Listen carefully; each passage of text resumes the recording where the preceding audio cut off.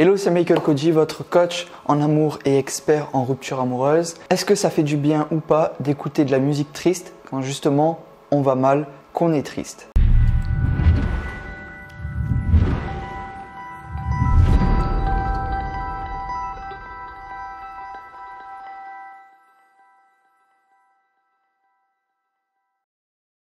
Vous savez, quand on vit la perte d'un être qui nous est cher ou qu'on vit une rupture amoureuse, souvent on a tendance à écouter de la musique triste dans ces moments-là alors qu'on est nous-mêmes tristes et qu'on se sent mal. Et avant je faisais aussi cela, mais j'ai arrêté dès que j'ai compris les dégâts que ça faisait sur moi et sur ma vie. Donc pourquoi maintenant je ne le fais plus? C'est parce que les musiques, il faut savoir qu'elles ont un but. Ok, bon, il peut y en avoir plusieurs. Si c'est des musiques dansantes, ça peut être de connecter des personnes, etc. Mais au niveau du cerveau, ça a un effet sur tout le monde, c'est que ça crée des émotions. La musique crée une émotion. Et selon la musique, selon le rythme de la musique, vous allez avoir certaines émotions. Et le problème des musiques tristes, c'est qu'elles vous créent des émotions tristes, qui au final vous font vous sentir mal. Écoutez pendant 1 heure de la musique triste, avec un rythme lent et des paroles de dépressifs ou de personnes qui, du moins, exposent ces douleurs et ce qu'ils vivent. Et vous allez voir que même si vous êtes la personne la plus heureuse du monde et que avant cela, avant d'écouter, vous vous sentez très bien et en forme, vous allez voir que votre énergie va diminuer et que vous allez vous sentir de plus en plus mal. Donc ça a un impact sur nous et cet impact, c'est que la musique crée une émotion. Et il est important de comprendre que quand on se sent mal, justement, il va falloir écouter certaines musiques plus que d'autres. En gros, écoutez plus des musiques avec un rythme rapide qui vous donne de l'énergie, qui vous donne peut-être même envie de danser, envie de bouger. Et c'est d'ailleurs utilisé dans les films pour créer des émotions.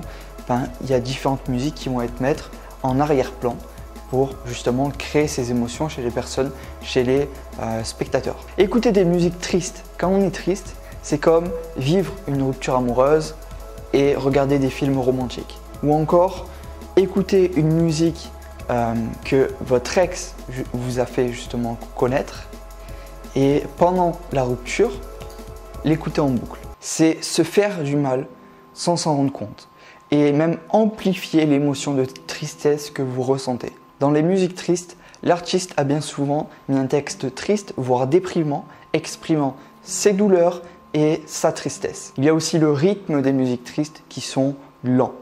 Et du coup, ça a comme effet sur votre corps de diminuer votre énergie en vous créant une émotion de tristesse. Et sans énergie, vous vous sentirez mal et faible. Et c'est pour tous ces facteurs-là, tous ces éléments que vous ne devez pas écouter de la musique triste quand vous vous sentez mal. Ça paraît logique, mais pourtant on a tous été tentés de le faire. Et là-dedans, j'étais un expert, c'est-à-dire j'amplifiais énormément la douleur et en plus je pensais que ça me faisait du bien justement de pleurer énormément, de me sentir mal toute la journée dans le lit. J'étais vraiment un expert dans le sens où je regardais plein de films romantiques après une rupture et j'écoutais plein de musiques tristes qui me faisaient encore plus pleurer. C'était n'importe quoi. J'étais en train de me détruire et surtout de rendre ma rupture beaucoup plus compliquée que ce qu'elle était réellement en fait. Donc maintenant vous savez pourquoi il ne faut pas écouter des musiques tristes quand on est triste.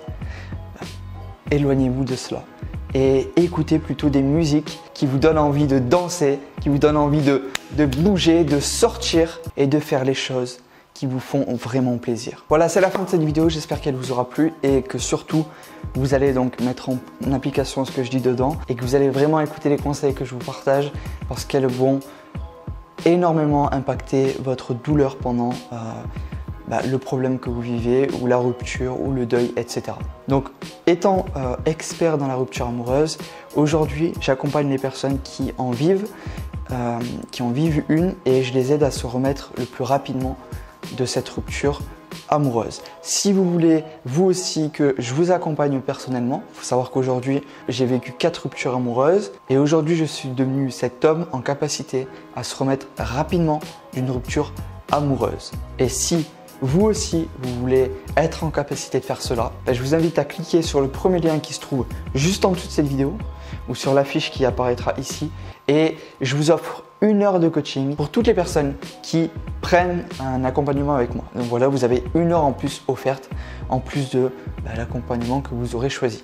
Toutes les infos sont sur le premier lien dans la description, l'heure offerte également. J'ai fait une vidéo aussi sur la rupture amoureuse pour ceux qui en vivent et je vous explique en 3 étapes comment je fais pour moi, qu'est-ce que je ferai pour m'en remettre le plus rapidement. Donc c'est sur la vidéo qui s'affiche ici et cliquez ici pour le coaching sur la petite fiche. C'était Michael Koji, votre expert en rupture amoureuse et votre conseiller sentimental.